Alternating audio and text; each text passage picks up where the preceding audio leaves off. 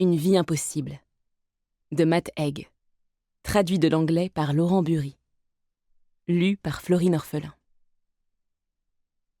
Dans l'avion pour Ibiza, j'étais assise devant un rang de jeunes qui parlaient avec enthousiasme des discothèques. Leur langage semblait nouveau, mais à moitié familier. Une sorte de code. Donc, Ushuaïa demain, lundi DC10 pour Circo Loco, Amnésia mercredi, Ushuaïa, puis Aïe vendredi, Pacha samedi. Je me suis rendu compte que je n'avais jamais été jeune. Même à 27 ans, j'aurais trouvé ce programme épuisant. Danser toute la nuit, dormir sur un transat dans la journée. Pourtant, ils étaient beaux, ces jeunes. Habillés de toutes les couleurs de l'arc-en-ciel et trépignants comme des labradors. Ils essayaient d'évaluer combien tout ça allait leur coûter. Alors j'ai fait le calcul et je leur ai donné le résultat. Ils ont tous eu un hoquet de stupeur et ont révisé leur plan. Ils étaient pleins de reconnaissance. Quand on a été prof, on voit l'enfant dans tous ceux qu'on rencontre. On imagine ce qu'ils auraient été en classe. Surtout ceux qui sont à peine sortis de l'enfance. Dans l'avion, la population était très mélangée. Immédiatement à ma gauche, j'avais un bel Espagnol aux cheveux longs, chaussé de tongs, avec une plume tatouée sur l'avant-bras et un air très zen, qui tentait patiemment de lire.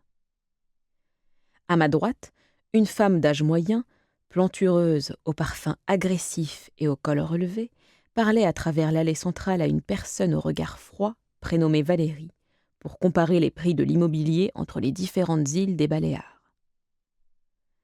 Ibiza, en ce moment, ça coûte un bras. La peau des fesses. C'est redevenu très prout-prout, bobo chic. Je choisirais plutôt une autre île. C'est à Minorque, pas Majorque, qu'il faut investir. Amish m'a dit ça. Plus de vendeurs que d'acheteurs. Je connais quelqu'un qui a retapé une ancienne finca là-bas, et la valeur a été multipliée par 4. Par 4! Devant moi, un trio de femmes trentenaires partait passer une semaine yoga bien-être dans une ferme, mais elles voulaient être sûres de visiter un marché hippie et de voir le soleil se coucher sur une plage dont j'ai oublié le nom dès qu'elles l'ont prononcé. L'une des trois était résolue à ne rien poster sur Instagram et à ne pas ouvrir TikTok pendant les 8 jours.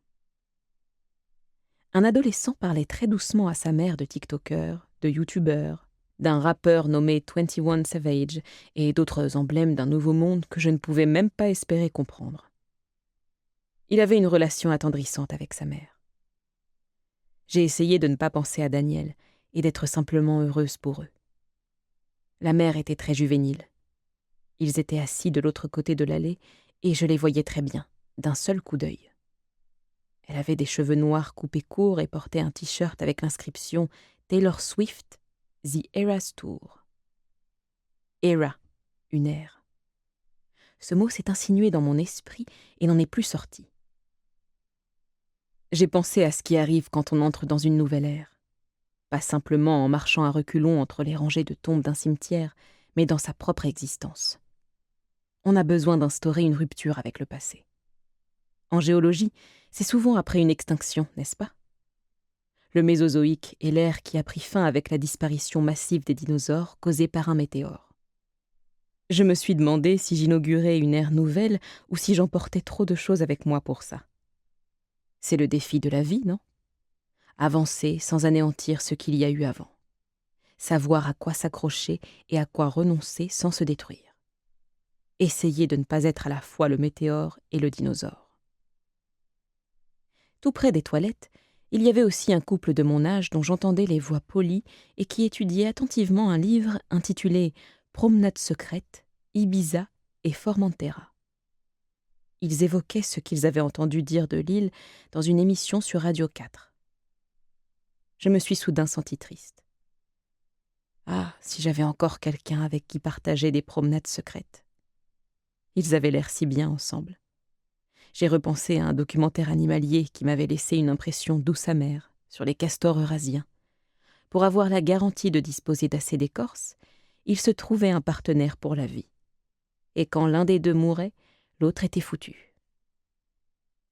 J'aurais voulu pouvoir presser la main de Karl.